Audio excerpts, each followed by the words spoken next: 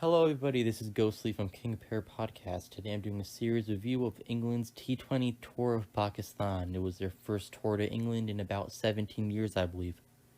It was a 7-game T20 tour, I believe the first of its kind amongst full member countries.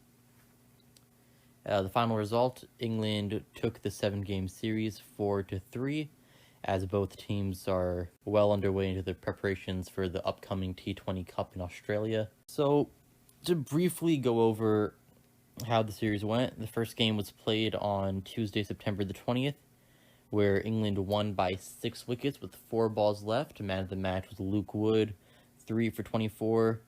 Honestly, I don't remember much from this game. I remember Alex Hales, he had a 50. Beyond that, it was a pretty ordinary effort from the Pakistan team. As always, they were carried by their top of Mohammad Rizwan and Babar Azam, and then the rest of the team collapsed. Pakistan has a middle order problem. I think that point has kind of been beaten to death at this point, but it's pretty clear throughout the series that the middle order needs a lot of work. That this team isn't ready to win anything, especially now the World Cup coming up, without making some serious changes or taking a serious look at this middle order. But the English bowlers did well in that first match, restricting Pakistan to 158 and then chasing it down with... the second match was played a couple days later, also at Karachi, which was the venue of the first 4 tests. This was a startling departure from the Pakistan we saw in the first match. The bowling was still not insanely up to par. England scored 199, which is quite a decent total. And then Pakistan, they did what Pakistan does best, and they engaged in some unpredictable behavior as Mohammad Rizwan and Babar Azam chased it by themselves. Once again, Pakistan being carried all the way through by their top order, Mohammad Rizwan 88 off 51, and Babar Azam with his second T20 international century, 110 runs off of 66 balls to win by 10 wickets with 3 balls left. This is the game which really got a lot of people looking at the series. It was a rather crazy game to think that Pakistan would just blast through England like that with only 2 men. But it also speaks to the problem Pakistan has, once again, of not having a middle order. Babar Azam and Rizwan, they carried through the whole match. If one of them had fallen, I can't say for certainty if they still would have gone on to win. Going to the third match, it was also in Karachi. And, yeah, this match was rather domineering from England. I had to... That pause was because I had to make sure I was looking at the right game, because England thrashed Pakistan twice in this series. Yeah, England would win by 63 runs. Ben Duckett, great exhibition from him, 70 off 42. Harry Brook, also 81 off 35. Harry Brook, I think, has cemented his spot in the World Cup side. Hopefully in the World Cup 11, he's a great talent. A lot of these English players, including Harry Brook, spent time in Pakistan before in the PSL. Harry Brook is one of the centurions from the PSL, actually. He scored his maiden T20 century with the Lahore Qalandars earlier this year. Well, England scored a mammoth total of 221. Pakistan was never going to chase that down. Rizwan and Babar went cheaply. The rest of the team collapsed, barring Shan Masood, 65 off 40. Yeah, this was kind of the opposite of the last game. This time, England, they got done with business in a very professional manner. Smashing Pakistan by 63 runs. But this series was one of back and forth. The next game was a Sunday, September 25th. It was the 4th T20, and Pakistan would draw the series 2-2, winning by 3 wickets. This was a great game. It was an absolute stunner, to be honest. Again, Pakistan was carried by their top with Rizwan and Azam and Babar Azam scoring the bulk of the runs, 88 from Rizwan, 36 from Babar. Asif Ali came down with a cameo to hit 2 sixes at the end. This game was kind of questionable on Pakistan's batting because they sent Shan Masood and Khushdil Shah over Asif Ali. Shan went at a strike rate of 110, Khushdil Shah went at a strike rate of 66. and then Asif would only come in for the last over where he'd go at a strike rate of 433. So should he have been sent up earlier? That's the debate that was going on before the second innings began. And then when England came to bat, chasing 166, their top order promptly collapsed. Salt, Hales, and Will Jacks going for 8, 5, and 0 respectively. And then their middle order started to show some life. Ben Duckett and Harry Brook both scoring in the 30s. Moina Lee, 29. Liam Dawson had a great cameo towards the end of 34 off 17, where he obliterated Mohammad Hassan in his final over. England should have won, if not for Haris Rauf bowling the penultimate over. He bowled some absolute fire that over. He got the danger man Liam Dawson out. Then he bowled a brilliant ball to Ollie Stone, no chance, clean bowled. Then I believe that the next ball he bowled when he was on a hat trick, it was an appeal for LBW. Unfortunately, it wasn't out, but that ball clocked 155 kilometers an hour. So he was bowling absolute heat. They were struggling to play him. And then 9 down, England went into the final over. They needed 4 off 6. And Reece Topley would be run out by Shan Masood for Pakistan to win that game. It was an absolutely brilliant match to watch. And you could see how much it meant to the players too. Liam Dawson was seen almost in tears. He almost carried his side through it. He did very well. But yeah, that was one of the best matches of the series. It was a very good game.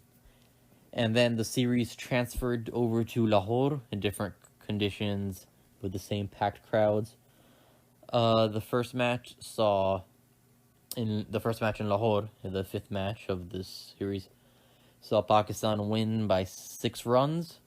Pakistan batted first, and Mohammad Rizwan scored 63 off 46, and the rest of the team collapsed. Babar Azam scored 9, Shan Masood 7, and then no one really contributed at all in any meaningful way. Pakistan collapsed for 145. It looked a done deal until England came out to bat. And then the openers, Phil Salt, Alex Hales, both dismissed cheaply for 3 and a 1 respectively. Dawood Malan put up a good inning of 36 runs. It wasn't the fastest, had only 100 strike rate, but he made his contribution to try to stabilize things. Moina Lee played a big knock, 51 off 37 runs. Absolutely phenomenal batting from him. He's been in some seriously good form throughout the course of the series. But England, I'd say once again, they should have won this game, but the ball was handed to debutant Amir Jamal to bowl the final over, where he bowled some scintillating wide Yorkers, which the England batsmen struggled to play. I believe it was Moina Lee who did manage a 6 in that final over, but the decision to give it to a debutant was a bold one from Babar Azam, but it did pay off, and yeah, it was once again another very closely contested game. The 6th match was won by England by 8 wickets, and this would tie the series 3-3. Pakistan once again batted first. Mohammad Rizwan and Haris Rauf were both arrested for the match. Yeah, no one else besides him really contributed. Iftikhar scored 31 off 21, but aside from that, it was mainly just Babar Azam. Once again highlighting the reliance Pakistan has on their top order. And then for England, Phil Salt had a phenomenal inning, 88 off 41. Hales, Malan, and Duckett all contributed with scores in the upper 20s of 27, 26, and 26 respectively. And they were able to easily chase down the total in 14 overs only. Pakistan bowlers, Shadab Khan was the only somewhat bright spot, but yeah, it was a one-sided match of that. And then going to the series decider in Lahore. Once again, series tied 3-3, 7th T20, packed crowd, and then Pakistan decide to play the most tragic game of T20 cricket I've seen in a long time. It was reminiscent of our Asia Cup final against Sri Lanka, where the batting just looked like it had given up. England batted first. Phil Salt, Alex Hales opened yet again. Scored 20 and 18 respectively. Dawood Malan was the big gun this time, 78 off 47. Ben Duckett, 30 off 19, and Harry Brook, 46 off 29. Everyone who batted contributed for Pakistan. On the Pakistan's Sorry, everyone who batted contributed for England. Their whole batting lineup, which got a chance to play, they did their jobs. 209 for 3, massive total in Lahore. Pakistan came into bat, Mohammad Rizwan and Babar Azam. They collapsed early, 1 and 4 respectively. They both fell within the first couple overs. What proceeded was absolutely tragic to watch. Shan Masood would score 56 off 43. Obviously, Pakistan fans were not very happy with that inning. Very slow, people calling him selfish. But then again, it was the only score of note on the entire scoreboard.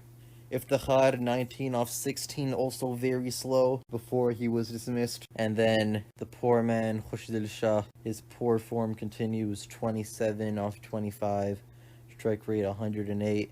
The crowd was chanting Parchi at him whenever he was on strike. That's the term in Pakistan. It means ticket. It's used for players who were in the side due to nepotism. They have a free ticket to the national team. Khushdil Shah, he doesn't have that to my knowledge. I'm not sure why they were calling him that. Maybe it's because he keeps getting selected despite poor form. But that's not the word to describe him. I didn't agree with that. And it was sad to see he was given out on DRS. It was caught behind, and when Ultra Edge confirmed that he did indeed nick the ball, the home Lahore crowd cheered as he walked off, once again chanting Parchi at him as he walked off the ground. It was very sad, to be honest. I like Khushdil Shah. I don't think he should be in the T20 team, but the way he played was very poor, obviously, but it's never good to see the home crowd cheering against their own player. Yeah, moving beyond that, Asif Ali failed. He can't build an inning. He's just a swing hard, pray hard type batsman. I don't think he shouldn't be on the team. He has won us games. He's the only real power hitter in Pakistan. Then Muhammad Nawaz, Muhammad Wasim, 9 and 5 respectively. Nothing to write home about. Shadab Khan didn't bat because of his injury. I believe he pulled or strained something. But yeah, it was an all-around poor exhibition from Pakistan. The batsmen looked like they had given up. They were knocking it around, running singles when the strike rate was like 11 or 12 or something of the like. So, yeah, England won by 67 runs. Full credit to them. They played a brilliant series. The series itself was played in great spirits. The players were all friendly with each other, and it was a joy to watch. It's always great to see Big Three cricket back in Pakistan. And those last couple games aside, it was a great series. It was highly contested. It was a lot of fun to watch. I believe the player of the tournament would end up being Harry Brook, and fully deserved. He definitely, in my opinion, cemented his spot in the England side. For Pakistan, moving forward, they're going straight to New Zealand to play their tri-series with New Zealand and Bangladesh.